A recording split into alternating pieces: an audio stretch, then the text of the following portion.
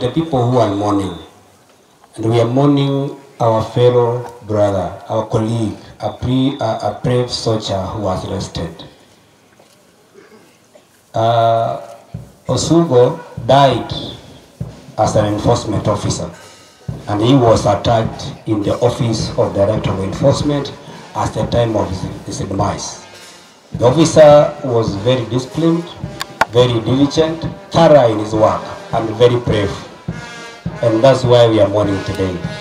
That's what we family, Mama Ruth, Maresia, Brenda, pole sana. You've lost your king. May the Lord be with you. Etuachirega asobonge sana. Nadi musabana amatanga ya yomano mito suga sikwe. Etiagara Osugo tali mwana siasa. Osugo no enforcement officer of Kisii County Government, and he is now Beirut as we speak. That is our band, enforcement band, which is coming this way.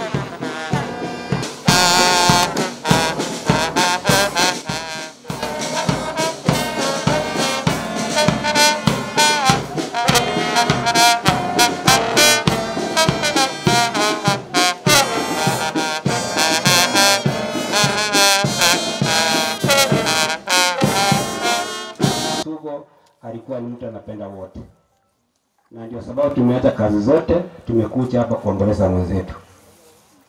When we learned about the death of our brother Osugo, we got information very fast.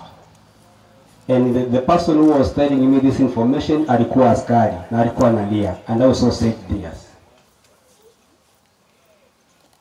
Immediately I called my governor, Honorable Paul Simbarati. Kamambia, Governor, I'm very down today because I've lost my officer. And the governor did not believe me.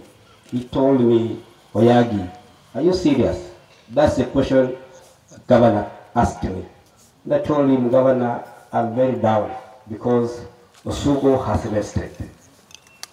Governor was touched, and he told me, Oyagi, Pole, we will stand with the family. And indeed, Governor and the county government has stood with this family. So to the family, pole sana. And to the all officers, to my governor Simbarat, my deputy governor, and everybody who put his hand on this, may the Lord bless you so much. We are mourning and we continue to mourn.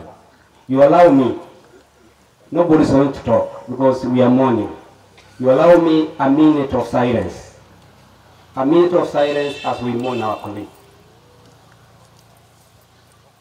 Those who are able to stand can stand. Na wale ambao tuko na official tips tunaweza toa as we mourn our colleague. Just 1 minute.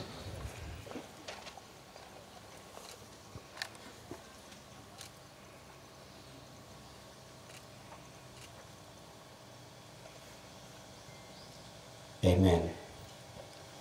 Thank you very much. My colleague officers, tunajua tuko na welfare, tuko na mama mengi, atutaongea because of time. I want you to salute and you go to your places of work as the band remain behind to you present one item. Thank you so much, my chief officer.